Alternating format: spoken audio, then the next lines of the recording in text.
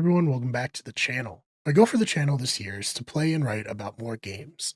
Each week, I'll release a video with my thoughts on the current game I'm playing, and hopefully, while doing so, the channel will find a sustainable identity, something that has eluded me up to this point. But then I started playing Kingdom Come Deliverance 2, and oh boy, this game is great and stuffed to the brim with engaging main and side quests. So many that I've put nearly 40 hours into it, and I have not even made it out of the first section. Spending so much time playing one game has obviously altered my plans of making weekly content about a variety of games, though it's also inspired me. I want to write about this game again because it has so much to be written about. Now, I run the risk of coming off as a completely uninformed gamer here, or perhaps an RPG noob would be a better way to put it, but I'm absolutely blown away with how much you can actually roleplay in Kingdom Come Deliverance 2. My first video about the game, I talked about how my actions, killing a character in a sloppy manner, prevented me from fast traveling from one side of the map to the other during a quest that required me to do so several times. Oftentimes, games will say something like, your actions will have consequences, but those consequences will be like another character being kind of rude to you, but otherwise continuing to treat you the same way as they always have. However, in Kingdom Come Deliverance 2, my actions actually have consequences. And goddamn, I love it. I love it so much that it made me believe in the world, in the characters, in a way that really only an interactive medium like video games can. I'm living this part of Henry's life alongside him and taking an active role in his life. I never played the first game, but the introduction to this one lays out Henry's backstory pretty well.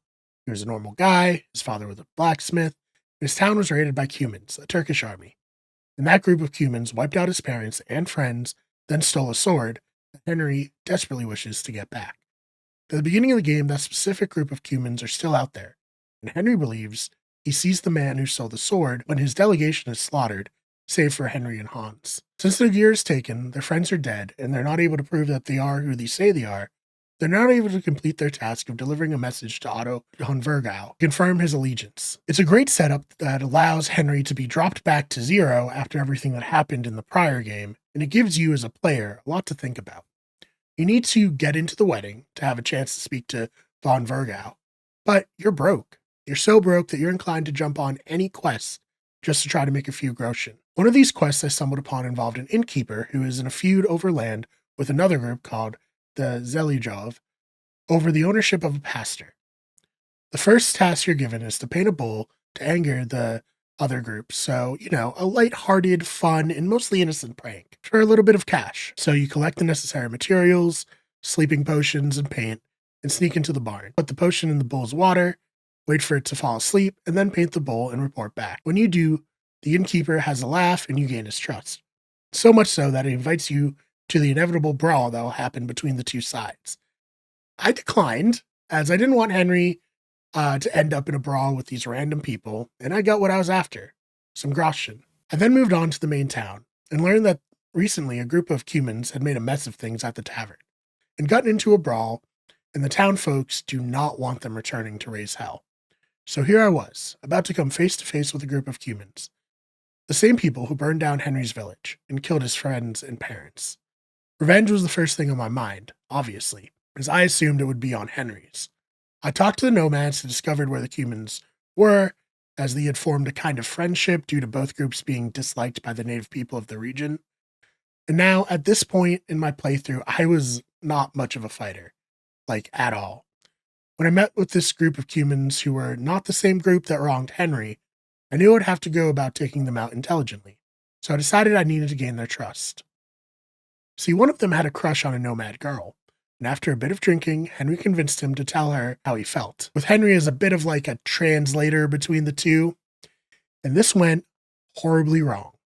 I don't know if it was because my speech was too low or just because Henry was drunk, something I didn't really partake in much up to this point in the game, but Henry just started insulting her and saying some foul things that were like mistranslated, but she was turned off, obviously, and the Cuman wanted to fight Henry. I'm thinking, if I fight back, I'll hurt my chances of gaining the group's trust. So I let Henry take a beating in service of the long game. We return to the Cuman's camp, and Henry converses with them more and gets to know them better. He also gets really drunk. Like I said, I hadn't really drank much as Henry, and he gets wasted. Then there's a moment where the main Cuman and Henry are off away from the group looking for a secret stash of booze. The main Cuman passes out, and a dog appears, and he speaks to Henry and lets Henry know that what he's looking for is right in front of him. Now, I took this as a bit of a double meaning. The stash was right in front of him, but also an opportunity for revenge. Both can be Henry's in this moment. I wanted Henry to be a mostly good and noble person. I decided that he would have been apprehensive about killing this random guy who he had drank with and gotten to know. This man and his friends aren't the group of Cumans who killed his friends and family.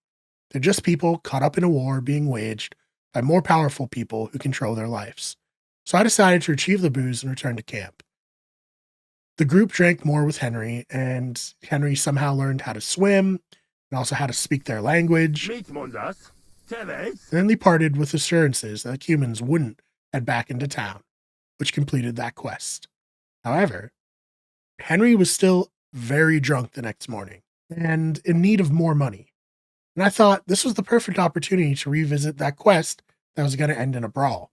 Something a sober Henry wasn't interested in, but a drunk Henry, well, that sounded like a fun time. Throwing fists with the lads. So that's what I did. I helped the innkeeper and his boys throw down and emerge victorious and gained their respect in turn. But most importantly, I felt like the quests really merged into one another. Not just the need for gold necessitating them, but the invaders' quests leaving Henry in a drunken state and allowing me as a player to make a choice to take that and roleplay with it. To have Henry do something he probably wouldn't have done sober. That's what makes Kingdom Come Deliverance 2 an amazing game. The quests themselves and the choices it leaves up to players in terms of how much you actually want to roleplay. It's a lot deeper than many games I've played before, and in that way, it feels a bit like playing a Dungeons and Dragons game with your friends, where the roleplay element is at the forefront of the experience. If you've been playing Kingdom Come Deliverance 2, do you agree with my assessment? What kind of fun shenanigans have you gotten into? Also, how much did you play before you went to the wedding? Let me know in the comments. Thank you so much for checking out this video. I hope you enjoyed it. I really enjoyed making it, and I'm really enjoying Kingdom Come Deliverance 2. Make sure you subscribe. I'm going to try to stream the game this weekend, probably, as well as stream other games. And then if you did like it, check out our other channels, Those Fake Nerds, where we cover nerd pop culture news, Wicked Good Sports, which is all about, sports news, and our podcasting channel, Better Radio. Thank you so much for watching, and I'll see you in the next one. What are you bothering me for, you drunk? The humans won't be coming back here. Don't worry. Good. Peace at last. Until you get into trouble again, that is.